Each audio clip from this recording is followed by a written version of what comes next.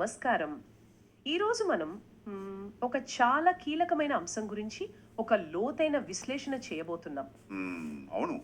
ఖచ్చితంగా ఇది మన దేశ ఆర్థిక వ్యవస్థ స్వరూపాన్ని ప్రతిబింబించే అంశం. అదేంటంటే ఈ ఫిబ్రవరి 25న దేశవ్యాప్తంగా భారతీయ మజ్దూర్ సంఘ్ అంటే మనం బిఎంఎస్ అంటాం కదా, వాళ్ళు ఒక ఆందోళన దినం నిర్వహించబోతున్నారు. దీని వెనుక ఉన్న అసలు కథేమిటో ఈరోజు విశ్లేషిద్దాం. నిజానికి ఇలాంటి అంశాలను మనం కేవలం ఏదో ఒక వార్తల చూసి వదిలేలేం. ఒక అతిపెద్ద కార్మిక సంఘం శ్రామిక వర్గం తరపున గళం విప్పుతున్న సందర్భం ఇది. కరెక్ట్. మన ముందిప్పుడు బిఎంఎస్ విడుదల చేసిన అధికారిక నివేదికలు, వాళ్ళ డిమాండ్ల జాబితా, అలాగే క్షేత్రస్థాయిలో కార్మికులు ఎదుర్కొంటున్న వాస్తవ పరిస్థితుల డేటా ఉంది. ఆ డేటా ఆధారంగానే అసలు ఈ నిరసన ఎందుకు జరుగుతోంది, ఇందులో ప్రభుత్వ వాదనేమిటి, కార్మిక సంఘాల ఆవేదనేమిటి అనేది మనం పక్షపాతం లేకుండా ఉన్నది ఉన్నట్లుగా విశ్లేషించాలి. అవును, ఈ చర్చ ప్రధాన లక్ష్యం కూడా అదే. అయితే ఈ ఆందోళనకు సంబంధించిన నిర్ణయం ఎక్కడ జరిగిందంటారు? ఆ ఈ నిర్ణయం ఒడిశాలోని పూరిలో జరిగిన బిఎంఎస్ 21వ అఖిల భారతీయ మహాసభలలో తీసుకున్నారు. అంటే ఇది దేశవ్యాప్తంగా ఒకేసారి జరిగే నిరసన అన్నమాట. అవునండి. ఫిబ్రవరి 25న దేశంలోని అన్ని జిల్లా కేంద్రాల్లో ధర్నాలు, ర్యాలీలు, ఫ్యాక్టరీల వద్ద గేట్ మీటింగ్లు నిర్వహించాలని ఒక స్పష్టమైన యాక్షన్ ప్లాన్ రూపొందించారు. ఇక్కడ నోట్స్ లో ఉన్న వివరాల ప్రకారం ఆ రోజు కార్మికులు నల్ల బ్యాడ్జీలు ధరించి తమ వ్యతిరేకతను తెలుపుతారు. అంతేకాదు, తమ సమస్యలను వివరిస్తూ ప్రధానమంత్రికి, కేంద్ర కార్మిక శాఖ మంత్రికి, అలాగే అన్ని రాష్ట్రాల ముఖ్యమంత్రులు కూడా వాళ్ళు వినతి పత్రాలు ఇవ్వబోతున్నారు. ఇక్కడే నాకు ఒక చిన్న సందేహం వచ్చింది. అంటే కార్మిక సంఘాలు ప్రభుత్వంతో చర్చలు జరపడం అనేది ఒక నిరంతర ప్రక్రియ కదా, మరి సడన్ గా ఇంతటి భారీ స్థాయి నిరసనకు ఎందుకు దిగాల్సి వచ్చింది? అదే ఇక్కడ మనం ప్రధానంగా గమనించాల్సిన విషయం. బిఎంఎస్ నివేదికలను నిశితంగా పరిశీలిస్తే వాళ్ళు ఒక విషయాన్ని చాలా బలంగా నొక్కి చెప్తున్నారు. ఏంటది? అదేంటంటే కార్మికుల అతి ముఖ్యమైన సమస్యలను వారు కేంద్ర ప్రభుత్వ దృష్టికి వరుసగా తీసుకువెళుతూనే ఉన్నారు. పలుమార్లు వినతి పత్రాలు ఇచ్చారు, కానీ స్పందన లేదు అంటారా? అవును, సమస్య తీవ్రతకు తగిన స్థాయిలో ప్రభుత్వ యంత్రాంగం నుండి స్పందన రావడం లేదన్నదే వాళ్ళ ప్రధాన వాదన. అంటే విధానపరమైన నిర్ణయాలు తీసుకునేటప్పుడు కార్మికుల వాయిస్ ని పరిగణనలోకి తీసుకోకపోవడం వల్లే ఇలాంటి దేశవ్యాప్త ఒత్తిడి తీసుకురావాలని నిర్ణయించుకున్నారన్నమాట. ఖచ్చితంగా. ప్రభుత్వంతో చర్చలు జరుగుతున్నా ఆశించిన ఫలితాలు రానప్పుడే ఇలాంటి ఆందోళన దినాన్ని ప్లాన్ చేస్తారు. ఆ క్షేత్రస్థాయి నివేదికలను చదువుతున్నప్పుడు నిజంగా కొన్ని విషయాలు ఆశ్చర్యం కలిగించాయి. అంటే మనం చట్టాలు, విధానాలు అని పైపైన మాట్లాడుకుంటాం, కానీ సామాన్య కార్మికులు పడుతున్న ఇబ్బందులు వేరే స్థాయిలో ఉన్నాయి. అవును, గ్రౌండ్ రియాలిటీ చాలా భిన్నంగా ఉంటుంది.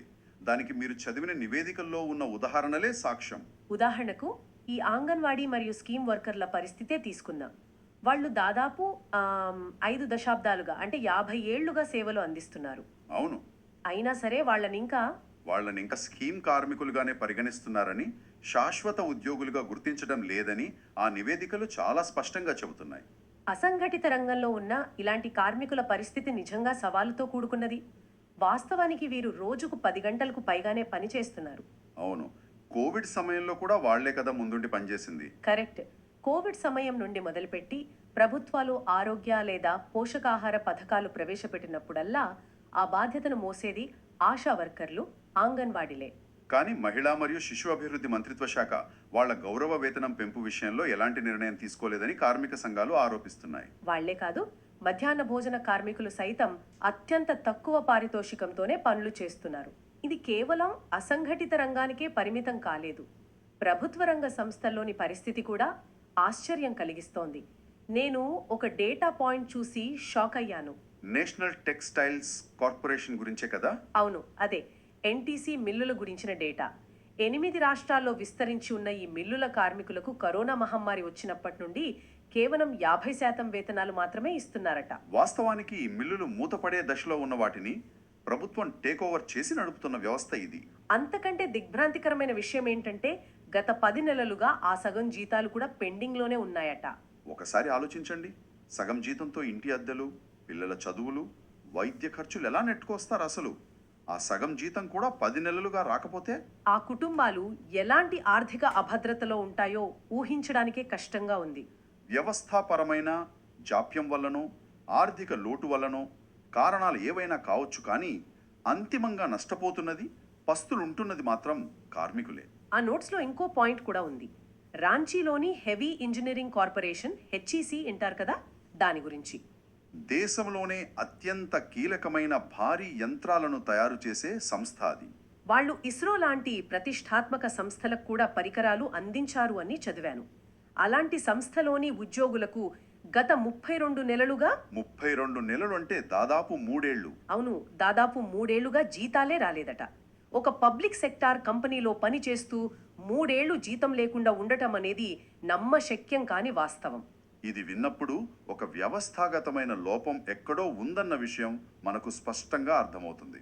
అంటే అత్యున్నత సాంకేతిక నైపుణ్యం ఉన్న పరిశ్రమల నుండి అట్టడుగున ఉన్న స్కీమ్ వర్కర్ల వరకు అన్ని చోట్ల ఒకే రకమైన ఆర్థిక అభద్రత కనిపిస్తోంది. ఇదే సమయంలో రిటైర్ అయిన వృద్ధుల పరిస్థితి చూస్తే ఈపీఎస్ 95 పథకం కింద ఇచ్చే కనీస పెన్షన్ కేవలం 1000 రూపాయలుగానే ఉండిపోయింది.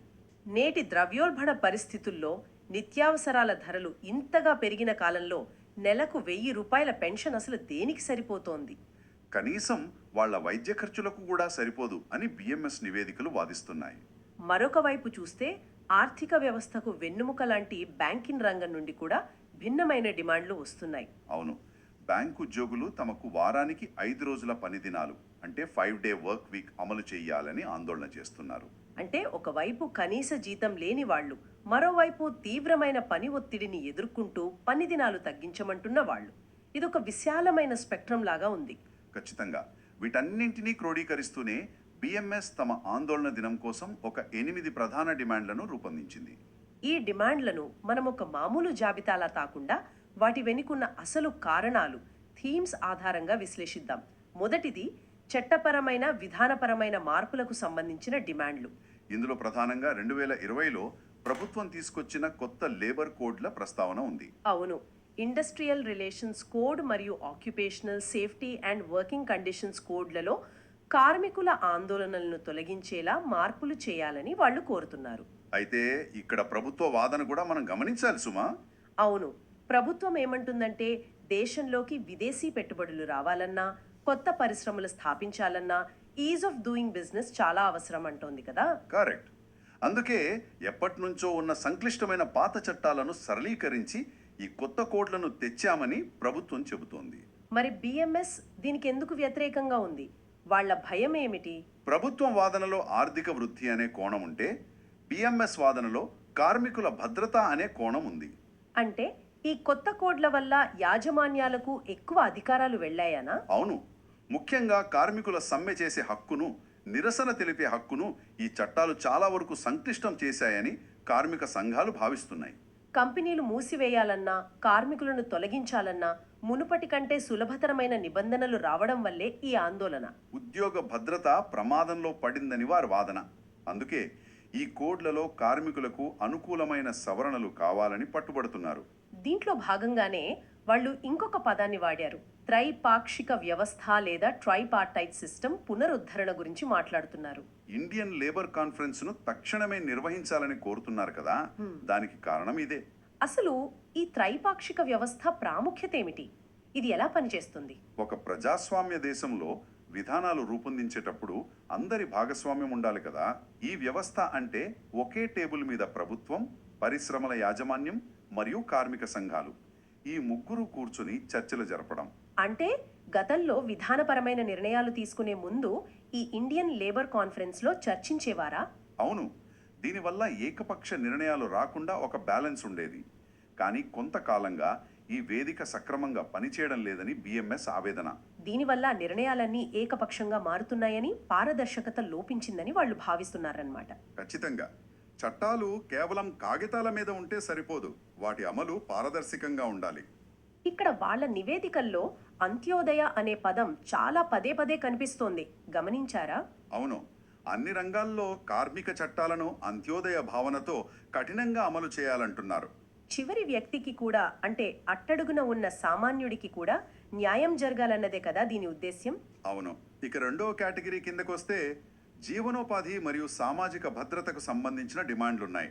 ఇందాక మనం మాట్లాడుకున్న ఈపీఎస్ 95 వృద్ధుల పెన్షన్ను నెలకు 1000 రూపాయల నుంచి రూపాయలకు పెంచాలన్నది ఇందులో ప్రధానమైనది కదా.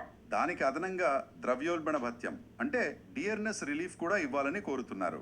అలాగే ఈఎస్ఐ, ఈపీఎఫ్ లాంటి సామాజిక భద్రతా కవరేజీ పరిమితులను మరింత మంది కార్మికులకు వర్తించేలా విస్తరించాలంటున్నారు. ఇందులో ఇంకో ప్రాక్టికల్ డిమాండ్ కూడా ఉంది. అదే 1965 నాటి పేమెంట్ ఆఫ్ బోనస్ యాక్ట్ సవరణ. ఆ చట్టంలోని అర్హత పరిమితిని సవరించాలని అడుగుతున్నారు. ఆ చట్టం ఎప్పుడో 6 దశాబ్దాల క్రితం నాటిది కదా. అప్పటి వేతనాలకు ఇప్పటి జీవన వ్యయానికి అసలు పొంతనే లేదు. అప్పటి లెక్కలతో ఇప్పుడు బోనస్ పరిమితులు నిర్దేశించడం అనేది గ్రౌండ్ రియాలిటీకి చాలా దూరంగా ఉంది. నిస్సందేహంగా. ఇక మూడవ మరియు బహుశా అత్యంత సున్నితమైన అంశం ఏంటంటే ఉద్యోగాల స్థిరీకంగా మరియు నియామకాలు. అంటే రెగ్యులరైజేషన్. ఏళ్ల తరబడి పనిచేస్తున్న స్కీమ్ మరియు కాంట్రాక్ట్ వర్కర్ల ఉద్యోగాలను పర్మనెంట్ చేయాలన్నది బిఎంఎస్ ప్రధాన డిమాండ్. ఇక్కడ ఒక విషయం నాకు చాలా ఆసక్తికరంగా అనిపించింది. వాళ్ళు కేవలం ఆర్థిక కోణాన్ని మాత్రమే కాకుండా రాజ్యాంగబద్ధమైన హక్కుల కోణాన్ని కూడా తెరపైకి తీసుకొస్తున్నారు. సామాన్యంగా నిరసనలు అనగానే అందరూ జీతాల పెంపు అనుకుంటారు. కానీ ఇక్కడ భారత రాజ్యాంగంలోని ఆర్టికల్ 14, 15, 16 మరియు 21ను వాళ్ళు ప్రస్తావిస్తున్నారు. చట్టం ముందు సమానత్వం, వివక్ష చూపకపోవడం, ఉద్యోగావకాశాల్లో సమానత్వం మరియు గౌరవప్రదంగా జీవించే హక్కు. ఈ ఆర్టికల్స్ ను కార్మికుల పరిస్థితులకు మనం ప్రాక్టికల్ గా ఎలా అన్వయించవచ్చు? ఒక చిన్న ఉదాహరణతో చూద్దాం. ఒక ప్రభుత్వ కార్యాలయంలో ఇద్దరు వ్యక్తులు ఒకే రకమైన పని చేస్తున్నారు అనుకుందాం. సరే. అందులో ఒకరు పర్మనెంట్ ఉద్యోగి, మరొకరు 10 ఏళ్లుగా అదే పని చేస్తున్న కాంట్రాక్ట్ ఉద్యోగి. అవును, ఇలాంటివి మనం చాలా చూస్తుంటాం. శాశ్వత ఉద్యోగికి మెరుగైన జీతం, పెన్షన్, ఆరోగ్య బీమా అన్నీ అందుతాయి. కానీ అదే పని చేస్తున్న కాంట్రాక్ట్ ఉద్యోగికి అందులో 4వ వంతు జీతం మాత్రమే వస్తోంది. ఎలాంటి భద్రత ఉండదు. అంటే ఇది సమాన పనికి సమాన వేతనం అనే ప్రాథమిక సూత్రానికి విరుద్ధం కదా అన్నది వాళ్ళ ప్రధాన వాదన అన్నమాట. కరెక్ట్. అలాగే ఆర్టికల్ 21 హామీ ఇచ్చే గౌరవంగా జీవించే హక్కు అనేది కనీస ఆర్థిక భద్రత లేకుండా ఎలా సాధ్యమవుతోంది అని ప్రశ్నిస్తున్నారు. నియామకాలు చేపట్టాలని కూడా అడుగుతున్నారు కదా.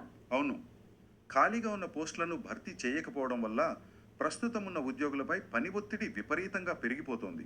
అంతేకాదు, యువతకు ఉద్యోగ అవకాశాలు కూడా సన్నగిల్లుతున్నాయి. నియామకాలపై నిషేధం అనేది ఒక తాత్కాలిక ఆర్థిక క్రమశిక్షణ చర్యగా చూడొచ్చు. కానీ దీర్ఘకాలంలో అది వ్యవస్థల పనితీరును దెబ్బతీస్తుంది. కరెక్ట్. ఒక విభాగంలో 10 మంది చేయాల్సిన పనిని ఇద్దరితో చేయిస్తే ఆటోమేటిక్గా సేవల నాణ్యత పడిపోతుంది కదా. ఖచ్చితంగా. ఇదంతా వింటున్నప్పుడు ఒక సహజమైన ప్రశ్న రావచ్చు. ఇదంతా కార్మికులు, ప్రభుత్వానికి సంబంధించిన విధానపరమైన చర్చ కదా. దీనివల్ల దైనందిన జీవితంలో సామాన్యుడికి ఎదురయ్యే ప్రభావం ఏమిటి అని. కానీ ఈ నివేదికలు స్పష్టం చేస్తున్న వాస్తవం ఏమిటంటే ఈ సమస్యలకు మన సామాజిక శ్రేయస్సుకు చాలా దగ్గరి సంబంధం ఉంది. ఈ అంశాన్ని మనం ఐసోలేషన్లో చూడలేం. లేదా గ్రామాల్లో ప్రాథమిక ఆరోగ్య సేవలందించే ఆశా వర్కర్లు కావచ్చు. వాళ్ళు గనక ఆర్థిక కుంగుబాటుకు, అభద్రతాభావానికి గురైతే ఆ వ్యవస్థలన్నీ బలహీనపడతాయి. అదేవిధంగా పారిశ్రామిక ఉత్పత్తులు తయారు చేసే కార్మికులు నెలల తరబడి వేతనాలు లేక పస్తులుంటే అది అంతిమంగా దేశ ఆర్థిక వ్యవస్థ పైన, సప్లై చైన్ పైన ప్రత్యక్ష ప్రభావం చూపుతుంది. నిజమే. వ్యవస్థలో ఏ ఒక్క వర్గం ఆర్థికంగా కుంగిపోయినా ఆ చైన్ రియాక్షన్ మొత్తం సొసైటీ మీద పడుతుంది. ఇదంతా చూస్తుంటే ఒక విషయం స్పష్టంగా అర్థమవుతుంది. ఫిబ్రవరి 25న జరగబోయే ఆందోళన దినం కేవలం కొన్ని రూపాయల వేతనాల పెంపు కోసం జరుగుతున్నది కాదు. కరెక్ట్. అది వృత్తిపరమైన గౌరవం కోసం, సమానత్వం కోసం జరుగుతున్న ప్రయత్నమని మనం అర్థం చేసుకోవాలి. కేంద్ర, రాష్ట్ర ప్రభుత్వాలు ఆర్థిక అభివృద్ధికి, ఆ అభివృద్ధికి చెమటోడుస్తున్న కార్మికుల సంక్షేమానికి మధ్య సమతుల్యత సాధిస్తూ ఈ డిమాండ్లపై సానుకూలంగా స్పందించాలని బిఎంఎస్ ఆశిస్తోంది. విధానపరమైన చట్రంలో వృద్ధి ఎంత అవసరమో ఆ వృద్ధి ఫలాలు కింది స్థాయి వరకు చేరడం కూడా అంతే అవసరం కదా. అవును. ప్రభుత్వాలు ఈ ఆందోళనలను ఎలా స్వీకరిస్తాయి, కార్మిక సంఘాలతో చర్చల ప్రక్రియను ఎలా ముందుకు తీసుకువెళ్తాయి అన్నది మనం వేచి చూడాల్సిన విషయం. ఖచ్చితంగా. అయితే ఈ చర్చను ముగించే ముందు ఈ నోట్స్ మరియు వాస్తవ పరిస్థితుల ఆధారంగా ఆలోచిస్తే ఒక లోతైన, బహుశా కాస్త భయపెట్టే ప్రశ్న తలెత్తుతోంది. ఏమిటది?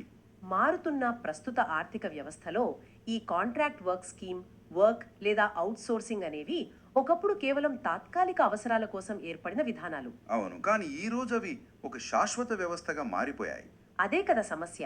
రాజ్యాంగంలోని 21వ ఆర్టికల్ ప్రతి పౌరుడికి జీవించే హక్కును హామీ ఇస్తుంది.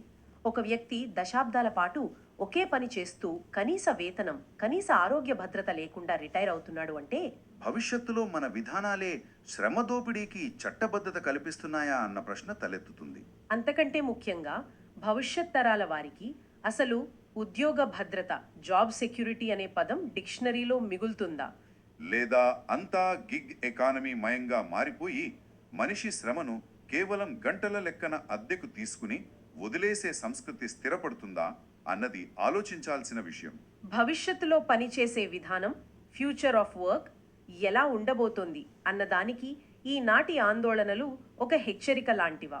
ఇలాంటి ఆసక్తికరమైన మరియు గంభీరమైన ఆలోచనతో ఈనాటి ఈ లోతైన విశ్లేషణను ఇక్కడితో ముగిద్దాం. మరొక ఆసక్తికరమైన అంశంతో మళ్ళీ కలుద్దాం.